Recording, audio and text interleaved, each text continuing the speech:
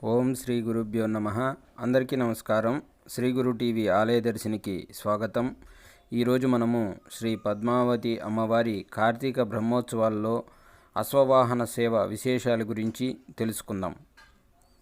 తిరుచానూరు శ్రీ పద్మావతి అమ్మవారి కార్తీక బ్రహ్మోత్సవాలలో భాగంగా అమ్మవారు కల్కి అలంకారంలో అశ్వవాహనంపై దర్శనమిస్తున్నారు.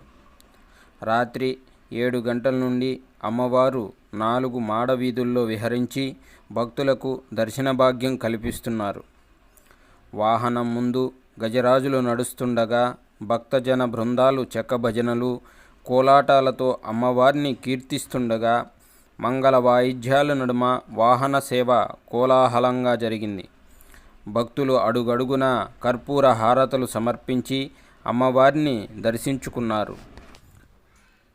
అశ్వం వేగంగా పరిగెత్తే అందమైన జంతువు.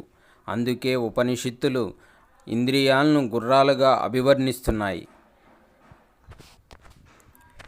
ఎప్పుడైతే ధర్మం గాడి తప్పి అధర్మం రాజ్యమేలుతుందో అప్పుడు ధర్మాన్ని తిరిగి స్థాపించటానికి అవతార స్వీకారం చేస్తానని భగవద్గీతలో శ్రీకృష్ణ పరమాత్మ చెప్పినట్లుగా కలియుగాంతంలో దుష్ట శిక్షణ, శిష్ట రక్షణ చేసేందుకు వైకుంఠనాథుడు కల్కి అవతారాన్ని స్వీకరిస్తాడు.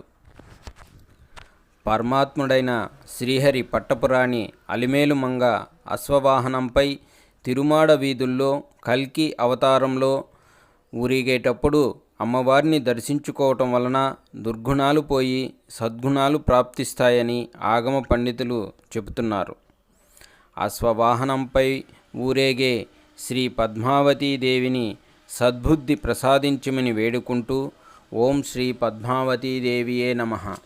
ఇది ఈరోజు శ్రీ గురు టీవీ ఆలయ దర్శనంలో భాగంగా శ్రీ పద్మావతి అమ్మవారి కార్తీక బ్రహ్మోత్సవాల్లో 8వ రోజు గురువారం రాత్రి అశ్వవాహన సేవ విశేషాలు.